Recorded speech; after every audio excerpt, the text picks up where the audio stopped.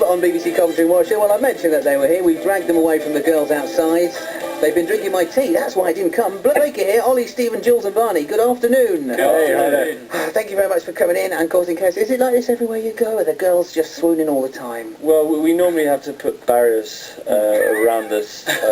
Well, around you? Yeah, around me, generally, because they don't want them getting anywhere near me. But no, we're very, very happy to say that we have a loyal following all over the UK. And are they following you, like, quite literally?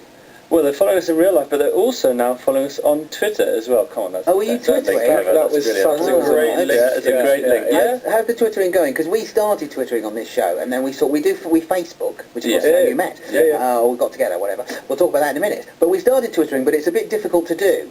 So you kind of have to keep we do it from our phones. All four of us Twitter at different times, so there's 4 tweets. So what's the last thing you twittered? Just drank some DJ's tea, I think.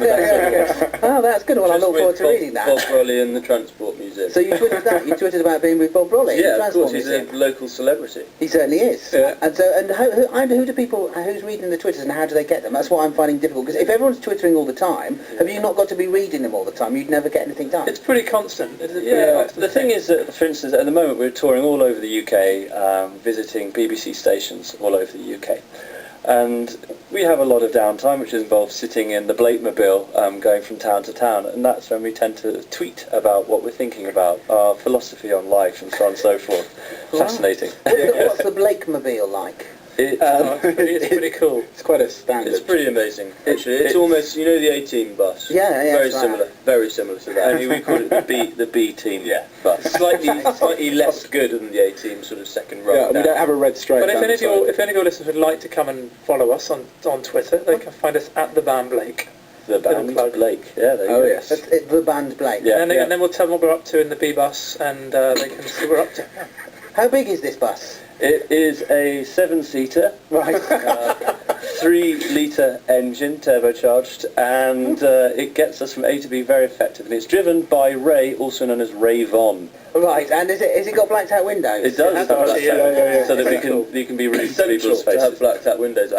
Just going back to Twitter and Facebook, some of the messages we've been receiving from some of the ladies have been quite inappropriate. Have they? So we like them. Let's hear them. What? We couldn't see dead air and yes, naughty.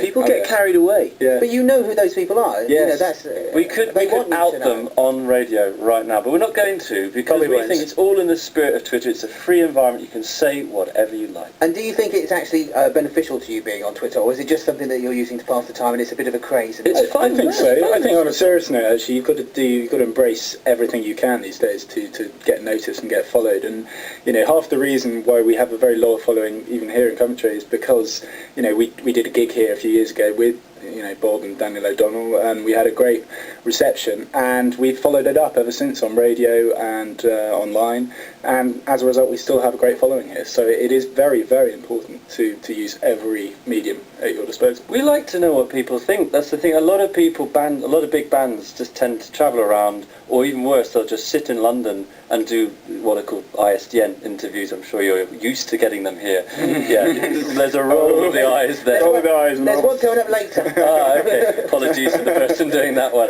But the fact a lot of people just sit in the capital and expect everybody just to like their music, whereas the reality is we love getting out there and meeting people, and not everybody can do that, you know, in terms of coming to meet us. So whether you follow us on Twitter, or you friend us on Facebook, or you go to MySpace, we're everywhere on the internet, and people can find us anywhere they like. And you are, in fact, coming to do a gig in this area, aren't you? We are, yeah. 10th of November, we're coming up to do a concert at the Assembly Rooms, Leamington Spa. So, have you been there before?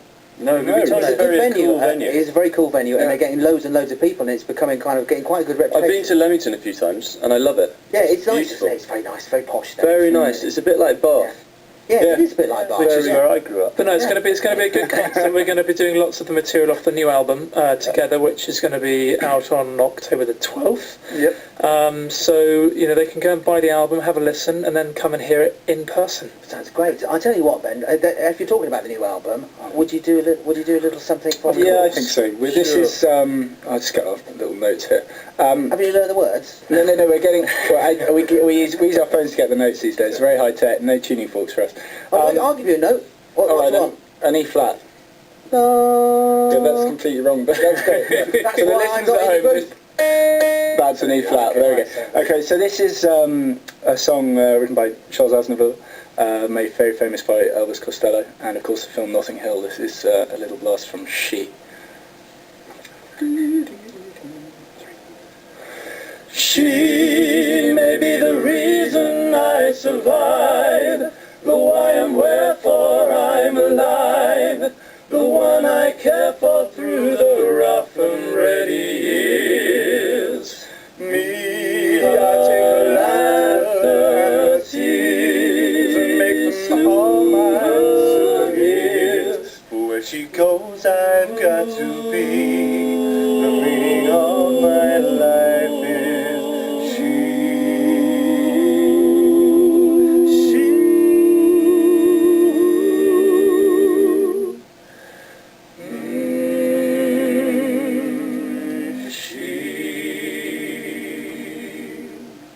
Very nice. I was noticing there that you weren't all paying attention and looking at each other. Jules, you weren't really looking at them. How do you know when to start and stop? I've known Ollie since I was 7, so it's just a sixth sense thing. Well, so he's in the middle, so if he looked at me, he wouldn't be looking at someone else. So he's like a pilot. He can see both directions at once. Amazing multitasking. The more skills. time you spend singing together, I mean, as Blake's been around coming up to 3 years now, and obviously our new member here as well, Humphrey, who came along 9 months ago when we found him he contacted us on Twitter when we were looking for a new member. We spend so much of our time singing together that rather like, kind of people who spend a lot of time generally start saying things at the same time. Finishing each other's sentences. Yeah, but we could do it probably with our eyes shut. You can do your eyes shut, but you sort of breathe together, you feel it coming, and then you sing. Yeah. It's great. Can I just say one thing on a serious note? Sorry. We're having such a nice time. Yeah, go on, ruin it. Sorry to bring it down. No, we've been talking to a few of the charities that we're working with this week, and we we agreed with them a couple of days ago that we would donate £1 for every copy of our album which was bought to these charities, and notably it's Help for Heroes, Mind, the mental charity, and Marie Curie Cancer Care, and then just this morning we've been talking to the Teenage Cancer Trust, and these are the 4 charities which are really close to our heart.